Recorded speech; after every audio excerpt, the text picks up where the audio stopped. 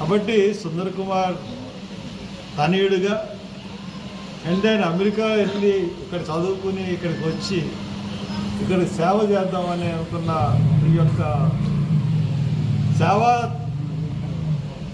తత్పరతని నేను గౌరవిస్తూ డెఫినెట్గా సుందర్ కన్నా ముందు కానీ నువ్వు కానీ నా దగ్గరికి వచ్చినట్లయితే నిన్నో నిల్చోబెట్టు.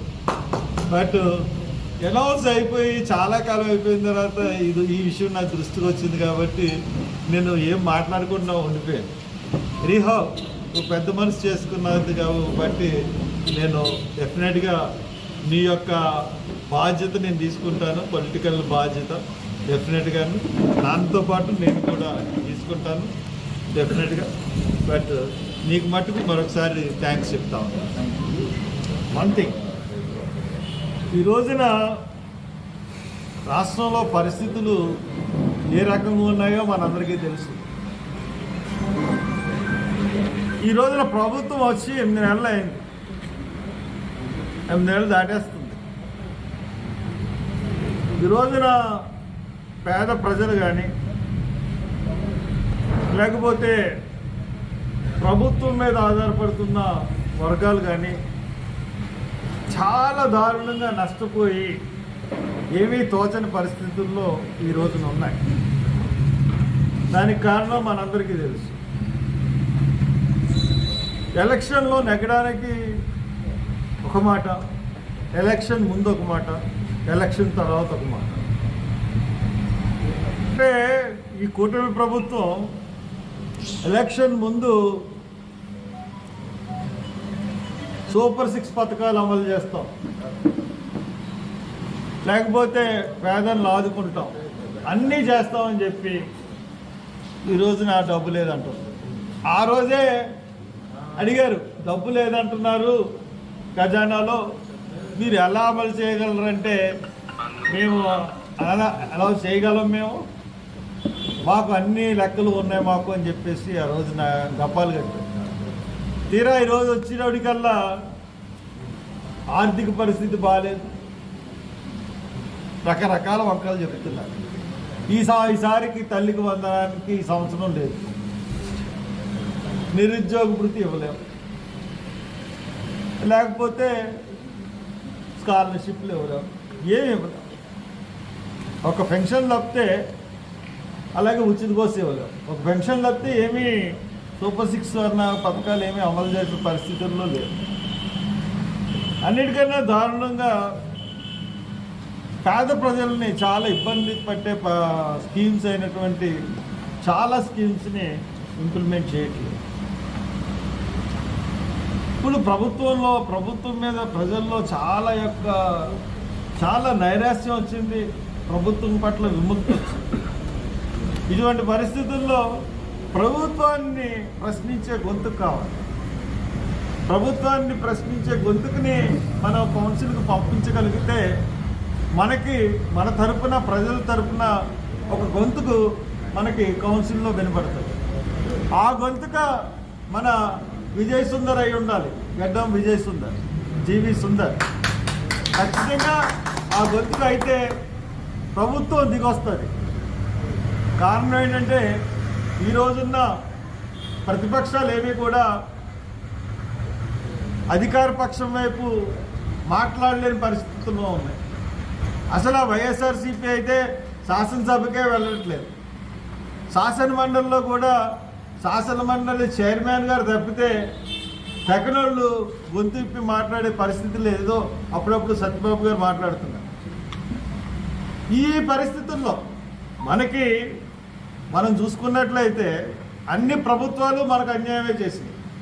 ముఖ్యంగా దళితులకు కానీ, దళిత క్రిస్టియన్స్కి కానీ అన్ని ప్రభుత్వాలు మనకు అన్యాయమే చేసినాయి. జగన్ ప్రభుత్వం ఉన్నప్పుడు మనకి ఎస్సీకి, దళితులకి చెందిన స్కీములు సుమారు 26 స్కీములు తీసేసింది. ఈ రోజున స్కీములు అన్నీ పెడతానని వచ్చాడు, ఒక్క స్కీమ్ని కూడా even fee reimbursement for PG students, ఆ స్కీమ్లోనే నేను పీజీ చేశాను ఆంధ్ర యూనివర్సిటీలో. ఇక్కడ ఉన్న వాళ్ళందరూ చాలామంది అలాగే చేస్తున్నారు. అటువంటి ఫీజు రియంబర్స్మెంట్ పీజీలకు సంబంధించిన స్కీమ్ కూడా తీసేశారు జగన్మోహన్ రెడ్డి. అదే కొనసాగిస్తున్నాడు చంద్రబాబు. ఇంకా అన్ని స్కీముల విషయాల్లోనూ కూడా అదే పరిస్థితి మనకి కనపడతా ఉంది. కాబట్టి దీనికి మనం బుద్ధి చెప్పాల్సిన అవసరం ఉంది. జాగ్రత్త, నువ్వు అధికారంతో రెచ్చిపోయి అధికారం నీకు ఎక్కువ సీట్లు ఇచ్చారు కానీ ప్రజలను మర్చిపోతున్నావు. కాబట్టి ప్రజలు నిన్ను మర్చిపోరు. నువ్వు ఇచ్చిన హామీల గురించి ఈ ఓటు నీకు అగెనిస్ట్గా వేస్తున్నారు అని చెప్పడానికన్నా ఈ రోజున ప్రజలందరూ ఏకతాటి మీదకి వచ్చి సుందర్కి ఓటు వేయాల్సిందిగా నేను విజ్ఞప్తి చేస్తా ఉన్నాను. అన్నిటికన్నా ముఖ్యమైన విషయం, మొన్న జోసఫ్ మీ ఊరి పేరేంటి? ఏలూరుపాడులో అంబేద్కర్ విగ్రహాన్ని, అంబేద్కర్ ఫ్లెక్సీని నేను స్వయంగా వెళ్ళాను. అక్కడికి స్వయంగా అడిగితే అతను కాలుతో తన్ని ఆ ఫ్లెక్సీని చింపేసి, అది ఎట్టి పరిస్థితుల్లోనూ గుడికి వెళ్ళడానికి అడ్డం కాదు, అది ఒక విధంగా గుడికి రక్షణ కింద కట్టారు అక్కడ ఎస్సీస్, దళితులు. అంతేకాకుండా ఆ యొక్క అంబేద్కర్ విగ్రహం పక్కన నాగేంద్రుడి బొమ్మను పెట్టుకున్నాను కూడా పర్మిషన్ ఇచ్చి దారి ఇచ్చారు. అంతేగాని దానికి అడ్డంగా వినాయకుడి యొక్క ఇది కడితే వాళ్ళు దించేసుకున్నారు. అటువంటి చోట మళ్ళీ రక్షణ కింద కట్టాలని వీళ్ళు కడితే దాన్ని ఇష్టానుసారంగా ఎంతో కర్కశంగా అధికారాన్ని చేతిలో తీసుకుని అతను దళితుల్ని ఒక చిన్న చూపుగా చూస్తూ అంబేద్కర్ని అవమానించే రీతిలో ప్రవర్తించి, పైగా క్రైస్తవులందరినీ కూడా మీకు 29,000 చర్చిలు మీకు ఎందుకు, నువ్వెవడు అసలు 2% ఉన్న వాళ్ళకి 29,000 చర్చిలు కావాలా? ఎవరి దేవుణ్ణి వాళ్ళు కొలుచుకుంటారు.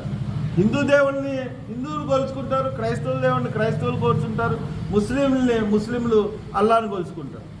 ఒకటి మతంలోకి నువ్వు జోక్యం చేసుకునే అవసరం నీకేమీ లేదు. ఈరోజు వేంపాడులో ఒక చర్చిని 15 సంవత్సరాల నుంచి ఉన్న చర్చిని ఈ రోజున అక్కడ కూలగొట్టడానికి ప్రయత్నాలు జరుగుతూ ఉన్నాయి.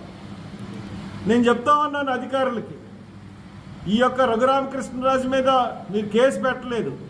కేసు పెట్టకుండా అతనికి డిప్యూటీ స్పీకర్ ఇచ్చి సన్మానం చేశారు. అంటే దళితుల పట్ల మీకు ఎటువంటి భావం ఉందో మాకు అర్థమవుతుంది.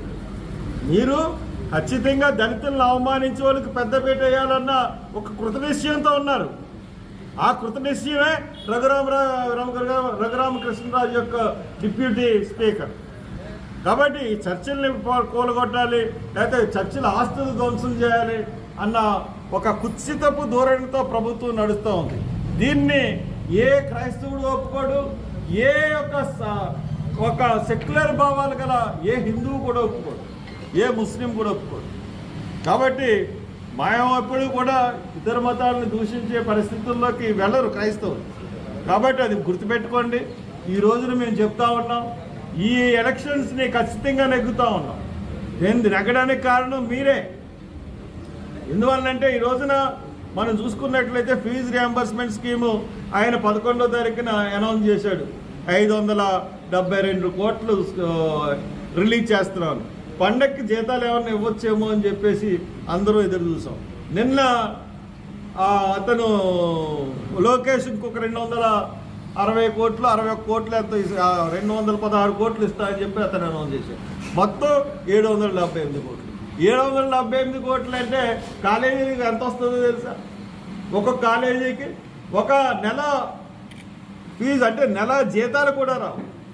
6 నెలల నుంచి ఈ రోజున ప్రైవేట్ ఉద్యోగస్తులు ఈ రోజున అలోమంటూ ఉన్నారు. 6 నెలల నుంచి జీతాలు లేవు.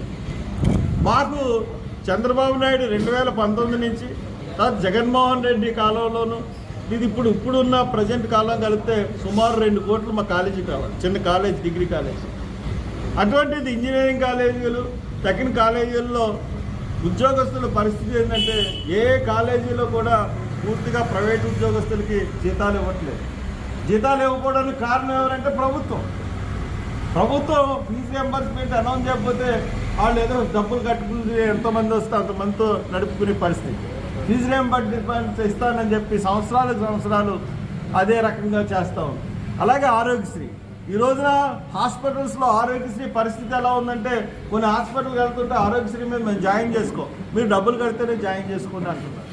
దాంతో వాళ్ళతో ప్రభుత్వ పరంగా ఏమన్నా చర్చలు జరుపుతున్నారంటే ప్రభుత్వ పరంగా కూడా చర్చలు జరపట్లేదు. ఇటువంటి దారుణమైన పరిస్థితులు ఈ రోజున ఈ ఆంధ్రప్రదేశ్లో ఉన్నాయి. కానీ ఈయన వెళ్ళి ఢిల్లీలో చాలా బాగా మాట్లాడుతూ ఉంటాడు. ఆంధ్రప్రదేశ్ ఏదో అభివృద్ధి చెందిపోతుంది, ఆంధ్రప్రదేశ్కి సంపద సృష్టిస్తుంది. నువ్వు చెప్పించారు సంపద ఎక్కడుంది? నువ్వు వెళ్ళి దావోస్ నుంచి ఖాళీ చేతులతో వచ్చావు. నీ మీద ప్రపంచంలో ఎవరికి నమ్మకం కుదరట్లేదు. నువ్వు చెప్పే అబద్ధాలకి, నువ్వు చేస్తున్న గ్రాఫిక్స్కి నీ మీద ఎవరు కూడా నీకు ఇదవ్వట్లేదు. అందుగురించే ఈరోజు మేము ఖచ్చితంగా చెప్తున్నాం, ప్రజల వ్యతిరేకత అన్నది ఖచ్చితంగా ఉంది. ఈ ప్రజల వ్యతిరేకతతోనే మేము, ఆ వ్యతిరేక ఓటుతోనే మేము నెగ్గబోతున్నాం, ఖచ్చితంగా నెగ్గుతాం. ఈ భీమవరంలో మరి అత్యధిక మెజార్టీ మాకు వస్తుందని తెలియజేస్తూ సెలవు తీసుకుంటాం.